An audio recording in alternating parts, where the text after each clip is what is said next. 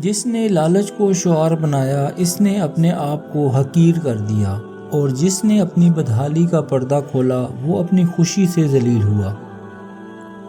جس نے اپنی زبان کو اپنا فرمانروا بنایا اس نے دل کی حکومت کو کمزور کر دیا۔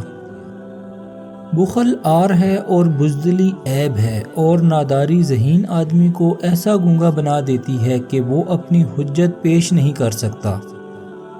مفلس آدمی اپنے شہر میں بھی پردیسی ہوتا ہے، اور بیچارگی ایک آفت ہے، اور صبر شجاعت ہے، زہد دولت ہے، اور پرہیزگاری ڈھال ہے۔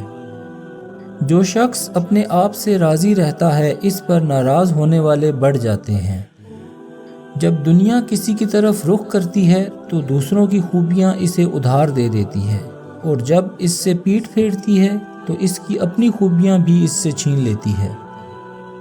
لوگوں سے ایسا میل جول رکھو کہ اگر تم مر جاؤ تو وہ تم پر روئیں، اور اگر جیو تو تمہاری طرف مائل رہیں۔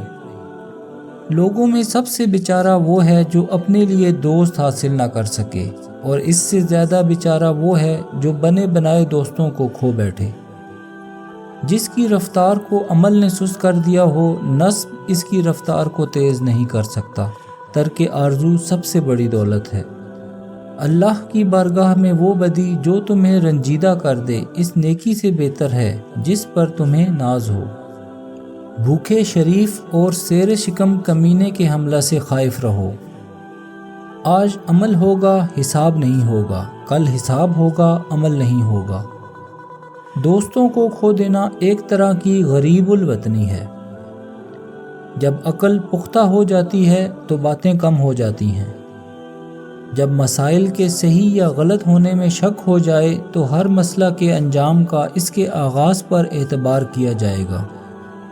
یقین رکھتے ہوئے سو رہنا اس نماز سے بہتر ہے جو شک کی حالت میں ادا کی جائے گی۔ دنیا کی مثال سانپ کی سی ہے، جسے چھوئیں تو نرم لگتا ہے مگر اس کے اندر زہر قاتل ہوتا ہے۔ فریب خوردہ جاہل اس کا گرویدہ ہو جاتا ہے، لیکن ہوش مند عاقل اس سے بچ کر رہتا ہے۔ جو اعتدال سے خرچ کرتا ہے وہ تنگ دست نہیں ہوتا۔ قلیل العیال ہونا دو تمنگریوں میں سے ایک تمنگری ہے۔ ایک دوسرے سے دوستی رکھنا آدھی عقل ہے۔ غم آدھا بڑھاپا ہے۔ ہر آنے والا پیچھے ہٹتا ہے، اور جو ہٹ گیا گویا کبھی تھا ہی نہیں۔ جو شخص اپنے آپ کو تہمت کی جگہوں پر رکھے اس سے بدگمانی رکھنے والے کو ہرگز ملامت نہ کرو۔ جو بھی برسر اقتدار آتا ہے وہ اپنے آپ کو دوسروں پر ترجیح دیتا ہے۔ جس نے اپنی رائے کو ترجیح دی وہ ہلاک ہو گیا، اور جس نے دوسروں سے مشورہ کیا وہ ان کی عقلوں میں شریک ہو گیا۔ لوگ اس بات کی مخالفت کرتے ہیں کہ جس سے وہ لا علم ہوتے ہیں۔ جو شخص آراء کا ہر رخ سے سامنا کرتا ہے وہ خطا کے مقامات کو پہچان لیتا ہے۔ عقلیں زیادہ تر خواہشات کی بجلیوں کی چھاؤں میں قتل ہوتی ہیں۔ شریف آدمی کا بہترین عمل یہ ہے کہ لوگوں کے جو عیوب اسے معلوم ہوں ان کی طرف دھیان نہ کرے۔ جس پر حیا نے اپنا لباس پہنا دیا اس کے عیب لوگوں کی نظروں کے سامنے نہیں آ سکتے۔ جب جوابوں کی بھرمار ہو جاتی ہے تو درست جواب ناپید ہو جاتا ہے۔ سب سے اچھا عمل وہ ہے جسے بجا لانے کے لیے تم اپنے نفس کو مجبور کر دو۔